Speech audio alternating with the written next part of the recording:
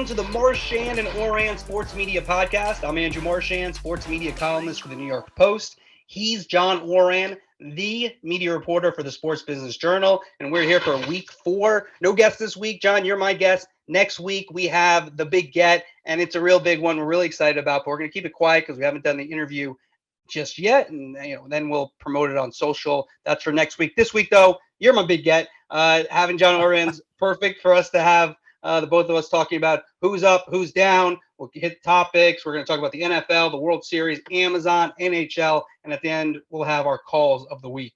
Dissension on the pod. You're my big get. How did I turn into your big get? Hey, good point. That's a good point. One thing that I like about our pod is that we change it on the fly. We started the call that our interview segment 5.5 good minutes or 6 good minutes as a pay on to PTI, of course. But yeah, we're changing the title. It is the big get, and this is going to be the biggest get next week. I'm pretty excited about this. I'm excited as well. So let's start. Who's up? Who's down? Who's up? Who's down? All right, you go, Andrew. Who do you have as up? I got David Ortiz on the way up. The reason I have Ortiz is because of the improvement over the last 4 years, and I think that studio show led by Kevin Burkhardt with Alex Rodriguez, David Ortiz, and Frank Thomas has gone to another level. And it's not as much about what they say, but how they say it, where Fox is putting the analyst in the position to succeed. For example, during the Red Sox series, they had him outside, which you couldn't really hear anything, but the atmosphere was electric. I thought A-Rod might get killed with the fans outside, and Big Poppy getting him to boo A-Rod. They did some other segments there where I loved it. They were holding up the Veritech jersey behind him, which made me laugh. Tremendous. It was tremendous. Good on A-Rod to go along with it. I mean, he's usually shy about attention. Not that time. But Ortiz has really been good, and he's kind of the middle. In the middle of the whole show, and it's turned into the star. I mean, Burkhardt is one of the best, if not the best host out there in terms of getting the most out of his analyst. So it's really good, and that's who I have on the way up. Yeah, about 10 years ago or so, I would have hated that pregame show. Like, I'm a baseball fan. I want info. I want some people to break down the game and tell me things that I'm not going to see. But that's not where Fox's pregame show goes. It's so much more entertainment, and it's really marketing for the game, and it's trying to bring in the casual fan to the game. And so I think it works. The world's changed. And so for these shows, it's more about creating a team. And that's what Fox has done. The parts work. It's not just, let's just get the 4 best people or, just throw 4 people. They need to get along. And although A-Rod and Ortiz have had their differences over the years, now they're in a good spot. I think they hang out together at times, even, away from the set and those type of things. And Burkhardt brings it all together. So they created a good team. Again, it's not Fox NFL Sunday. It's not inside the NBA, but that's an on the way up for sure. Yeah, the key is that it's not a journalistic endeavor. Who do you have as going as down? You Got Mossed is on the way down for me. The segment ESPN does on NFL Countdown on Sundays, on Monday Countdown, on, before their big game Mondays. Now, I love the segment. Everyone loves the segment, and you should. I just think ESPN goes to that well a little bit too much, and it's too much about that segment on these shows. And to me, it gets a little tedious every week. Again, good segment for sure. One of the best they do, but just too much with the shirts and the whole thing. And I just think they need to kind of know it's a good segment, have it out there, but not overdo it. Because I also need more from Randy Moss, just besides that he has this one segment during the whole shows. So what would you do with that segment? You would do it just like once a show, or for I would do, yeah. Well, no, they do it once a show, but they just kind of preview it, and then there's so much of a focus. They got the people with the shirts and a couple of things. The other thing I don't really love is that I would have Randy saying it, and I have everyone else, and they sometimes do it this way, saying "You got Moss" instead of Randy yelling "You got Moss" because he is Moss. So to me, that's it's a minor thing. That's a minor tweak. I just think if everyone else was yelling "You got Moss," it'd be even better. Again, they've been doing it for years. Good segment. A little too much into it. But that's my on the way down, and it really should be on the way less. Or on the way fewer, to go back to our grammar. I don't know, the grammar police from last week that we talked about. Maybe they're still out there. Tell me what that should be. You can tweet at me at Andrew Marchand on Twitter, which that should be. All right. On the way up, John Ourand, who you got? You know what? I'm going to flip it on you. I'm going to go on the way down because that was so much easier. There's so many. There you go. All right. It could have been Roger Goodell, right? Especially down here in DC, but I'm going to pick Rob Manfred, the baseball commissioner. I mean, forget about the World Series, which notably is not the Dodgers versus the Red Sox, but the Fall Classic, it's dominated by this dark cloud of labor negotiations. So Manfred and Tony Clark, the former player who now runs the Baseball's Players Association, they're all saying the right things about labor peace coming in time for opening day next April. But I'm hearing a lot of pessimism, and I think there's a lot of doubt whether or not ESPN or Fox are going to actually have games on their air next April. Yeah, and they got the new Turner deal as well that starts Tuesday night with their national coverage during the regular season. So they have a lot of money coming in. The game, again, everyone loves the theme. Baseball's dying. I've been hearing it for like 20 years, maybe longer. Kids don't like it. Baseball's doing fine. Players are making a lot of money. They do have a question I've read about their regional sports networks. John, you should do something on that at some point. Write about that. If those aren't aware, in the Sports Business Journal, that you can subscribe to, John's done many stories, very sky is falling stuff going on there. So they're trying to figure that out. We've talked about it a number of times on the podcast. Look, I really hope there's not a labor disagreement. We're going to get more into MLB in a little bit. That's our second topic with the World Series. But yeah, it's Manfred's on the spot, and he is a staple now. He got an on the way up from you. Now he's got an on the way down. So very even-handed from John Ourand. All right, let's go now on the way up. You reversed it on us. Who do you got? On the way up, it's got to be Brian Rolab. He's the top media and business executive at the NFL. He's out in the market right now selling Sunday Ticket. There's a lot of interest in Sunday Ticket. It's almost certainly going to be split, as we've discussed before on this pod.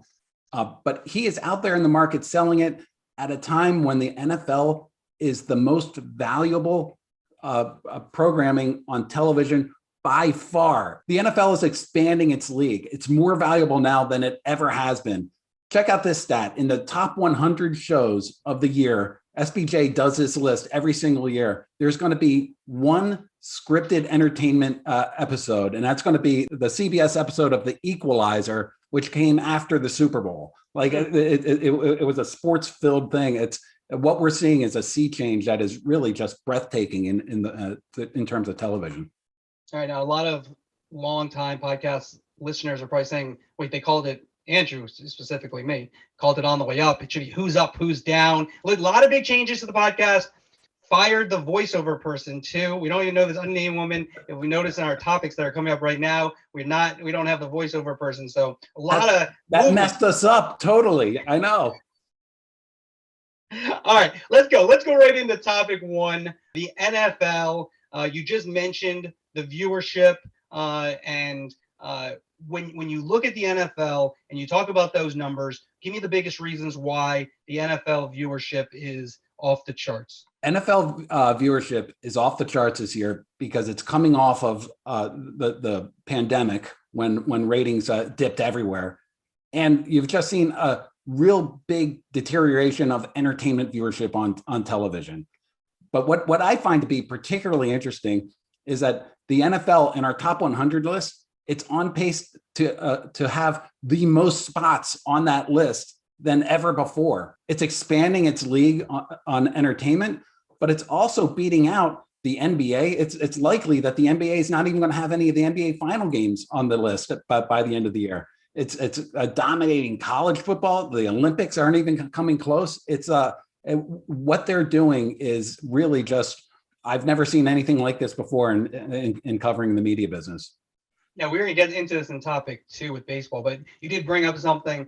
The one thing I will say, the NFL, obviously the best, most popular TV sport, but I think when we get into comparisons between the NBA, baseball, and the NFL, I always just find it completely unfair. Not that, again, the NFL doesn't deserve the credit. I just don't know if the NBA finals or these baseball playoff games deserve discredit because they play so many more games. And even when they have important games, they're not as important as a Super Bowl or even in some respects, a regular season game that's only one of 17. But the NFL is king.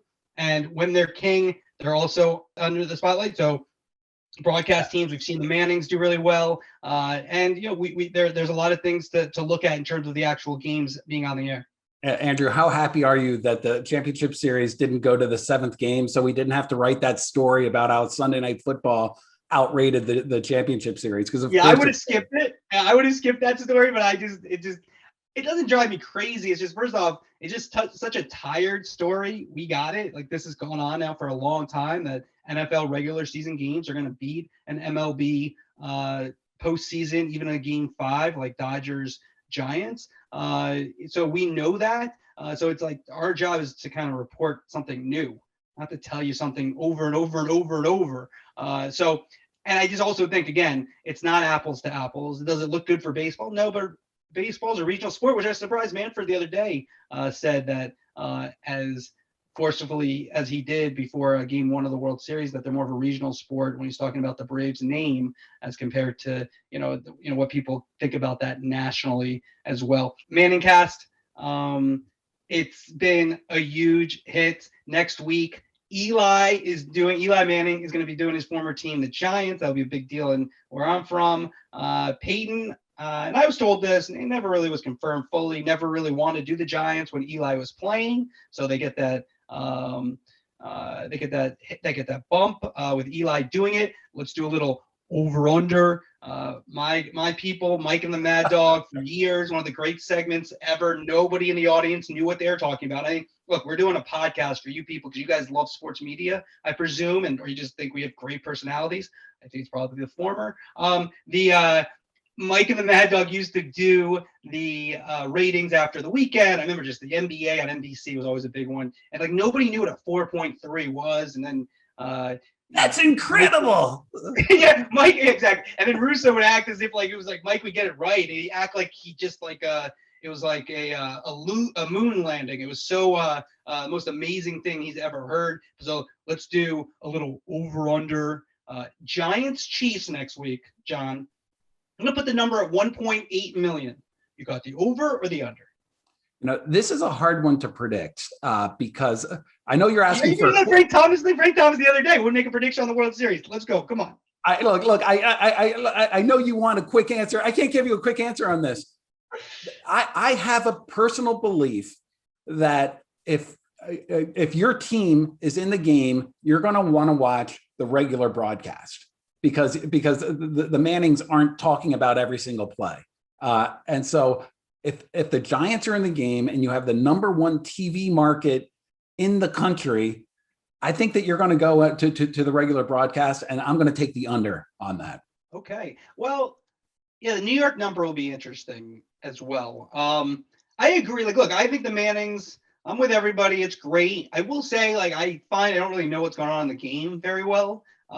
So if I was interested in the game, if you're a Giant fan, I don't know how interested are you in this game. The Giants are terrible. That's another point. Yeah. They could. It's not like it's a big game. Where at this point, New York football season starts, and then by the middle of the first quarter, you're saying, all right, well, who can they draft in the top 5? We are in a bad place here in New York. So yeah, the Chiefs are interesting. And. We'll get into it later. I think sources tell me call of the week could have something to do with Tom Brady for one of us. Goodness gracious, over under, Andrew. Come on. Oh, you want? All right. I'm like a filibuster here. I'm going to go over. Over dinner. When we get it, we'll go back to that next week. We'll see if we were right or not. And another dinner is on the line. And I didn't just do the opposite. This wasn't Skip Bales and Stephen A. Smith. I didn't just do the opposite. I feel it. No, I don't know. The ratings thing. I think I know a little bit about this stuff. The ratings thing, that's all John. I'm not a huge ratings guy, but I do like the over-under game. I will say this, in my household, I would take the over because that's the only way I watch Monday Night Football now. All right, let's move to topic 2, the World Series. Topic 2. Not bad. John had the nice woman. I don't know who she is, but he had her let go. And so I want her to come back. She just didn't rate well. I mean, come on. We're figuring it out. She might come back. We're going to see what everyone thinks. If you didn't listen, go back in the podcast. We had Scott Van Pelt the first week. Then we had Jimmy Pitara the second week. Third week was John and me. And then you'll see that we had the voiceover woman who would say topic 2. But this week we're trying it without. All right, topic 2.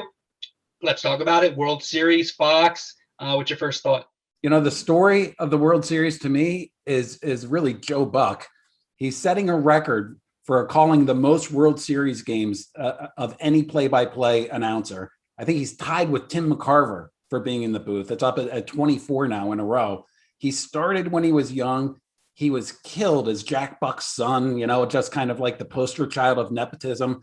And I think he's finally getting, and I think this has happened over the past couple of years, but people are finally recognizing he's a pretty good announcer, Andrew. Yeah, I'd say more than pretty good. I mean, he's a legend. He's one of the best ever. And like you say that, and it's like, wait, you're complimenting Joe Buck? Are you going to go against Twitter? Are you crazy? The guy's great. Here's the thing about, look, I hate nepotism. Nobody likes nepotism. Okay, nobody's like, I love nepotism. But nepotism will get you an internship. You don't get to do the World Series for more than anybody in, he'll end up with more than anybody in the history of the game. It's because he's very good. And the thing that I always find weird about Joe Buck is that, look, there were times where when he was doing the talk show, maybe he made a lot about himself. I think he makes the broadcast not about himself. Now, and there's another time he tried to be like Pat Summerall when he's doing football. That didn't really work. But now I think he's in that sweet spot where he can try to be funny, which obviously across the country is not going to make everyone happy. But he doesn't try to make the big calls about himself. He says it. He doesn't try to put some big headline like a Jim Nantz does, some memorable thing. And sometimes he does that, but usually he just says something and then lays out. And so I think he's excellent. And he'll be able to do it as long as he wants. The question is, he's doing that thing that Brett Favre thing. Barkley does it at TV. Turner about going to retire. Joe keeps saying that this could be it. This could be it. I'll believe it when I don't hear it. But that's a prime job when it comes open.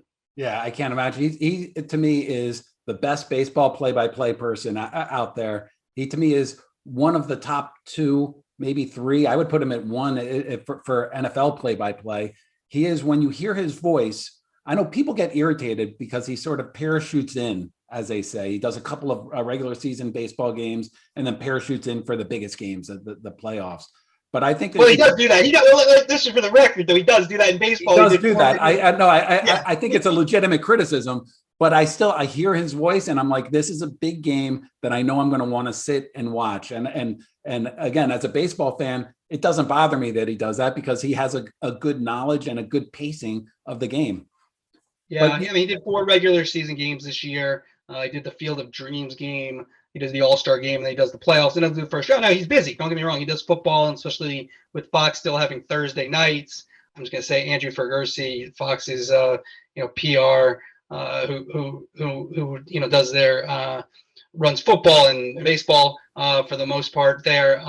He do not pitch me Joe Buck works so hard story, though. I hate that story. Right? I was a baseball beat writer. If Joe Buck works, every day for a month, give me a break, everybody. Okay, it's good. I'm not saying it's easy. It's national TV, a lot of pressure, but I hate that. That's another story I cannot stand. I'm just impressed you pronounced Figvaresi's name correctly. That doesn't happen every day, Andrew. Yeah, exactly. So I'm just for the record, Joe Buck always talks about wanting to hang him up. He talks about wanting to retire. It happens all the time. He's not going to do it. He's going to continue on. That's my prediction. Yeah, if he does, who do you think takes the spot? Yeah, let's just say who do you have going to replace him there? So I think right now you have to say Joe Davis is the favorite. He does the first round with Smoltz for Fox. I'm just talking about like not even somebody associated with Fox. Like who are the play-by-play guys out there? Well, but first I have to say who I think are the 2 top candidates because I think they probably go internal, and I think it'd be Joe Davis or Kevin Burkhardt. I think Burkhardt's going to get hurt because he's so good in studio, and he hasn't done as much play-by-play as Davis. But Burkhardt and Davis, I think, are 1 and 1A right now. Maybe they have a couple of front runners, but I do think if you look at it, Davis probably has the edge. Burkhardt is following what Buck did. He's very good on football. He's part of the number 2 crew at Fox, and you could see him sort of becoming if Joe Buck were to leave, he could become the voice of Fox Sports. Yeah, I mean, that one's another. I mean, I don't think Joe Buck's going anywhere. They love him at Fox. I think he likes doing the job. Maybe if he's gotten Jeopardy, perhaps. And what was up with Jeopardy too? Gosh, it's like they're like hiring a pope. I'm not saying I'm not defending any of these people, especially that first guy, but like topic 5, Jeopardy. Yeah, absolutely. I want to get all over that. All right, so to answer your question, they went outside. I'd say Dan Schulman would be the one that maybe if his contract was up at the right time would be the one that they maybe would consider. But I think it would be Joe Davis or Burkhart. Those are the people internally. Yeah, I want to throw in a plug for Brian Anderson, who I think does a credible job. But I think that they would want to get somebody really young, which would be like a Joe Davis type. Yeah, I'm not as big a Brian Anderson person as others. I find him a little staid, but he's very solid. A little better on baseball than basketball, but just it talks a little too much during the games for me. I thought Jeff Francoeur was a good addition, though, for TBS. For baseball, I know you're gonna you're gonna tap dance over this. I'm gonna put the over under for the average at 12 million. We don't know if it'll go 7 games. I got all that. I'm putting it at 12 million. You gotta factor in. Do I think it will go 7 games? You gotta put this all into the Ourand computer in your head and make it work. 12 million over under. I am taking the over on 12 million. I think that the Astros are a perfect villain team. You know, the whole idea of the cheaters getting out there. I think in many segments, the Braves and the tomahawk chop that they do, they're a villain team for a certain segment of the population. People tune in to villains. The Astros, especially, like fans are emotional about the Astros, and I can see a lot of people tuning in to root against them. That I think there are also some storylines. Dusty Baker, who used to be here in DC, he's been, a lot of people are rooting for him to get the first World Series. So there are other those storylines out there. I'm going to take the over. It's not the Red Sox Dodgers, but I think they're sitting pretty. Okay, well, just for some perspective, go back to 2017. The Dodgers and the Astros, it went 7 games. They averaged 18.9 million. 2018, Red Sox, Dodgers, only 5 games. 14.13 million. 2019, nearly 14 million for Washington, Houston. And then last year, pandemic, 6 games, Dodgers, Rays, 9.79 million. Yeah, last year. So yeah, I think the over. I think I'm over too. Yeah, you gave me a good low number. So I think an over was easy, regardless if it goes 7 games or 6. We moved to topic 3. This is one I've been wanting to talk about since we started the podcast, because I think it's one of the biggest stories in sports media, and it's going to be for the next 10 years and maybe obviously beyond. Amazon getting into sports big time. John, I'm going to let you lead off because I think we have a first take level of disagreement here. Are you an idiot, Andrew? Yes. That's what does it have to do with this? Yes, of course. That's been established. Listen, I just think that you have bought into this hype that the leagues have been pushing out there, that there are these digital media companies, that the streamers that have really deep pockets that can't wait to bid on sports.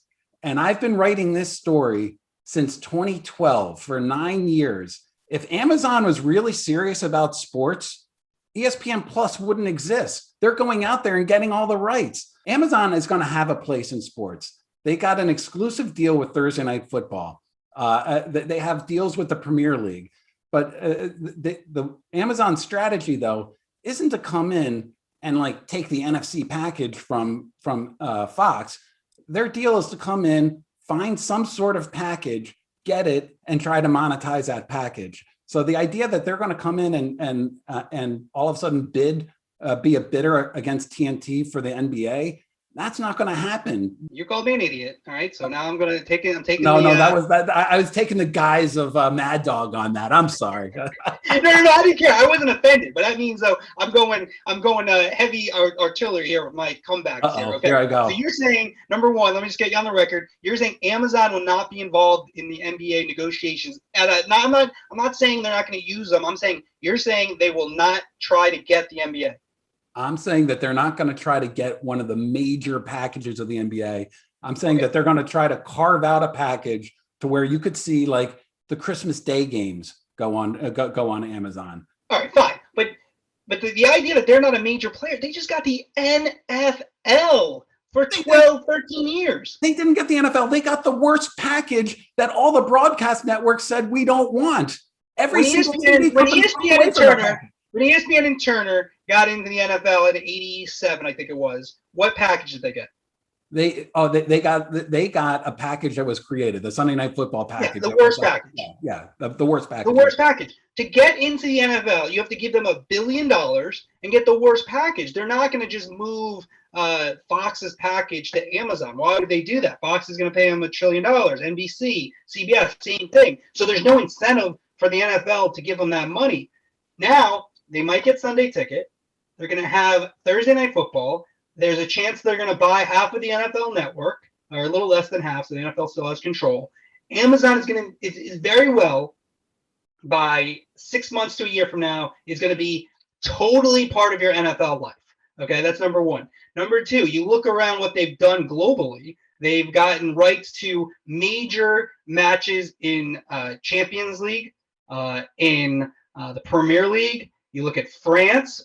Tennis tournaments, majors around the world. In England, they have the U.S. Open, which was a big deal this year with the women's tournaments. So, yes, are they going to get everything?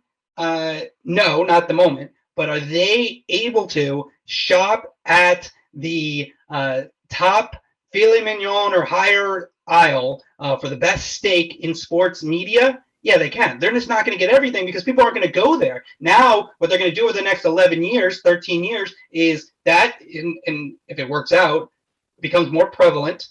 And then who are the players are going to be if direct-to-consumer is really the business? It's going to be potentially ESPN Plus, Amazon, and then maybe, it remains to be seen if Paramount Plus and Peacock can hang with those guys. Like you described Thursday Night Football as filet mignon. Amazon, their strategy is readily apparent right now. And their strategy is like with the Premier League in England. They don't want a bunch of games. They wanted all the games on Boxing Day, the day after Christmas. And enough people want to watch those matches so they get the Prime subscribers.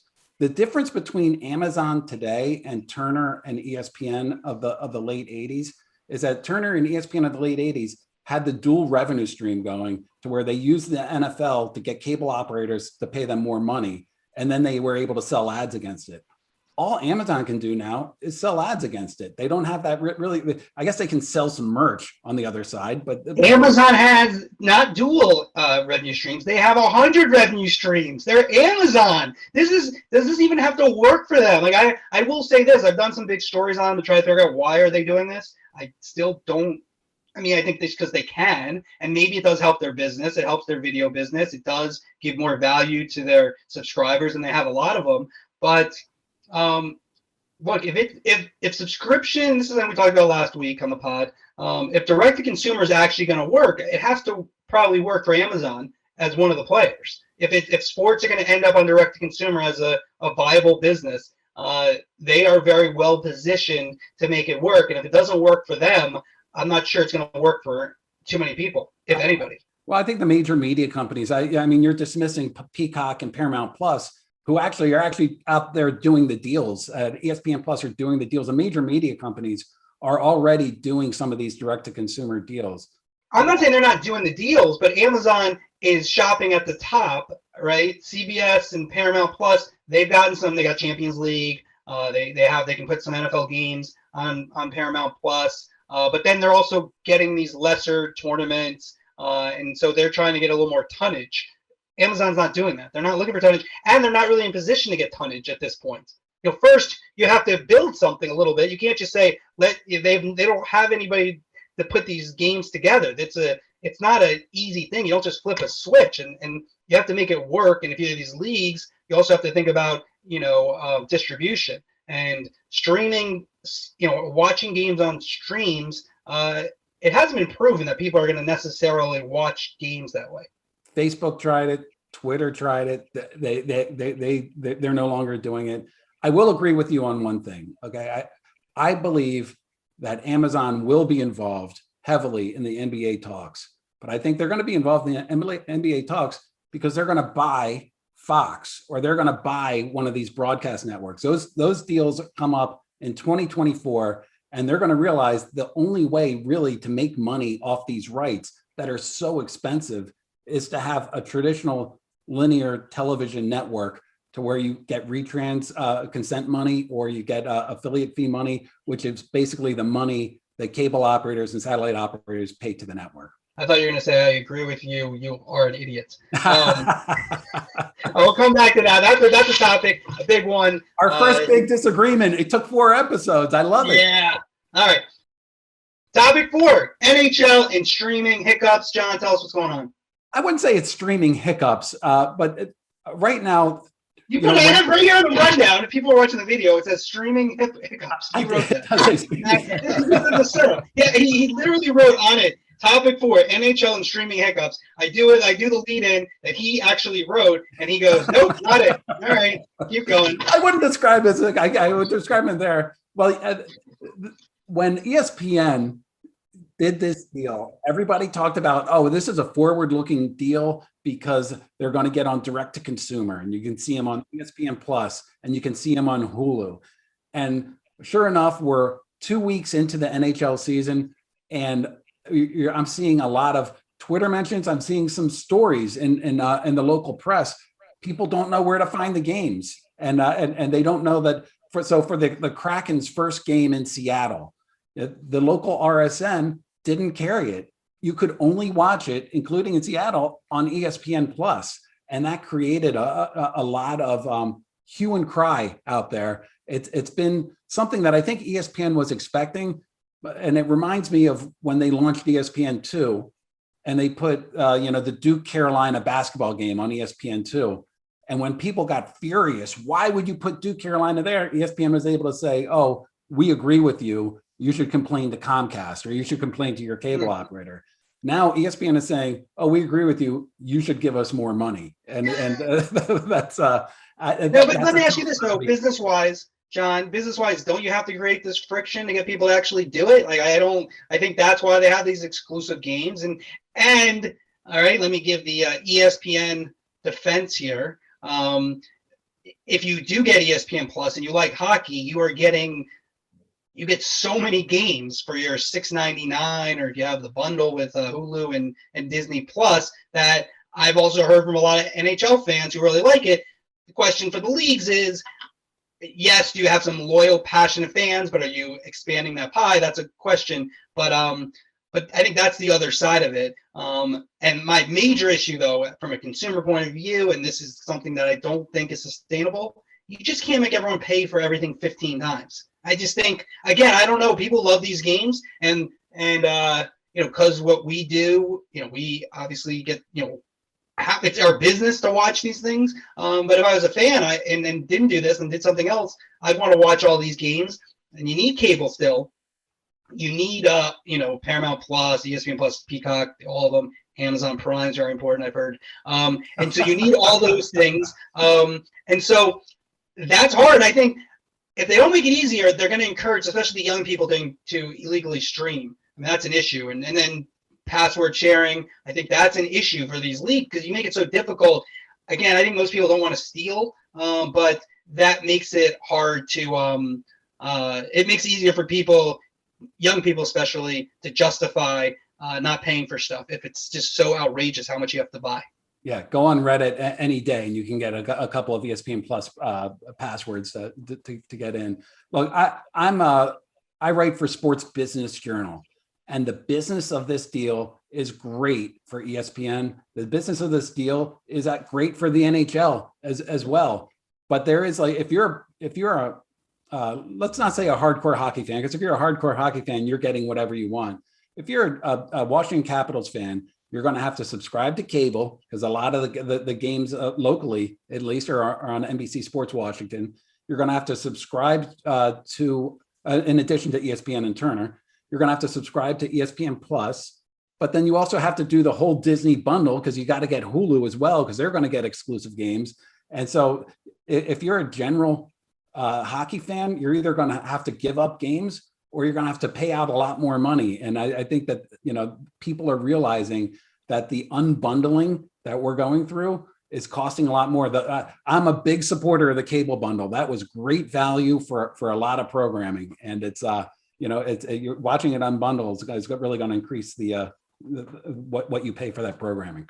Yeah, I definitely think the bundle was good. I definitely think cable companies are some of the worst ever, just to deal with over time. They're blockbusters, so I'm not necessarily rooting for them. But you're right, the bundle was good, and that people are gonna miss it where you just have cable, and now you kind of need cable and your streaming services. All right, let's finish it up. Calls of the week. Call of the week. Oh, there she is. She's back. She came back. We missed her. Oh, that was great. Last week, you devoted an entire topic to the Yankees local radio announcer. Who do you got for call of the week, Andrew? Look at that. People are like, oh, he's leading in. That was odd that he'd go there. Yes. All right, we're going to go with two juniors at NYU who, after the Knicks opener, made this viral video, 1-minute video that went everywhere. Had more than 6 million views on Instagram and Twitter. Let's take a listen to a little bit. It's not suitable for work, but we have a part of it that is. New York Knicks run New York City! Bing bong! Tell me a little something, KD. Don't you regret not coming to the Knicks? Don't you regret not coming to the Knicks? Bing bong. That has become a huge thing in the NBA. The Knicks have used it now. The Magic, after they beat the Knicks the other day, did a bing bong. Trent Simonian is a film and television major from Los Angeles, and Jack Byrne, he's a business and entertainment major from Long Island. They're the two 20-something, maybe 19, 20-year-old juniors, maybe they're 21, juniors at NYU who put this together. And here's something, I wrote about this the other day. They are already represented by WME. I did not realize that when I wrote about it. I said, what are you trying to do with this? They said they're trying to do this for fun. They didn't mention the WME part. I found that out after. But anyway, so that's not fun. That's business. Yeah, they're already, well, not fun. They said I shouldn't say fun. They're resume building. Anyways, they already got representation from WME. It was viral. It's totally inappropriate in a lot of respects, but it did show the raw passion of Knicks fans. And so they have my call of the week. So I'm confused. Are they Knicks fans themselves? Yeah, I think Jack Byrne is. I don't think Simonian, he's from LA. I don't know if he is. The one guy has a Yankee hat on. So, yeah, I think he's a New York fan. But they do this for, like, Cuomo. You go watch, like, when Cuomo got kicked out of office, they went to the streets. Again, they're only 1-minute videos. Again, like, I don't even know if I could show my mom that other video. It's really inappropriate. This one... well, are we going to see them after a Nets game, perhaps? Because I believe the Nets are overtaking the Knicks in your hometown. Well, it's not really. It's more of like they're getting it's really more of a cultural thing as much as a sports. It's like getting the passion of the New York streets is what they're trying to do. So it's not like, let's just do this. And I think they picked their spots. So that was a Knick victory. You've got the people going crazy. There's just so many things. I've watched that like 10 times. It's and I know a lot of people who I know in my circle I've watched this 10 times. I watched this 15 times, and it's just it's caught on, and so it's interesting. So they get my call of the week. All right, who you got, John, as we wrap it up here? Mine is I got to go back to Tom Brady. He was on the Manning cast on Monday night when and the clip I'm going to show is when Peyton Manning poked fun at the Buccaneers quarterback coach Clyde Christensen, who was wearing some of Tom Brady's TB12 merchandise when, let's just say, the coach isn't as fit as Tom Brady. Guys? Short. Are you trying to short the TB12 stock here? What's going on? Yes. This isn't right. I need to get Clyde to eat non-packaged foods. Too much of what he eats actually comes in a wrapper, and you got to tear it apart. I said, Clyde, just because it's popcorn doesn't mean it doesn't have calories. You can't eat 8 popcorns in one sitting. You can't do that. I love that. What a new, unique way to watch football. I have seen interviews with Tom Brady for 20 years. I've never seen this side of him. I've seen like documentaries that he produced over on Facebook. you never see him sort of react like that.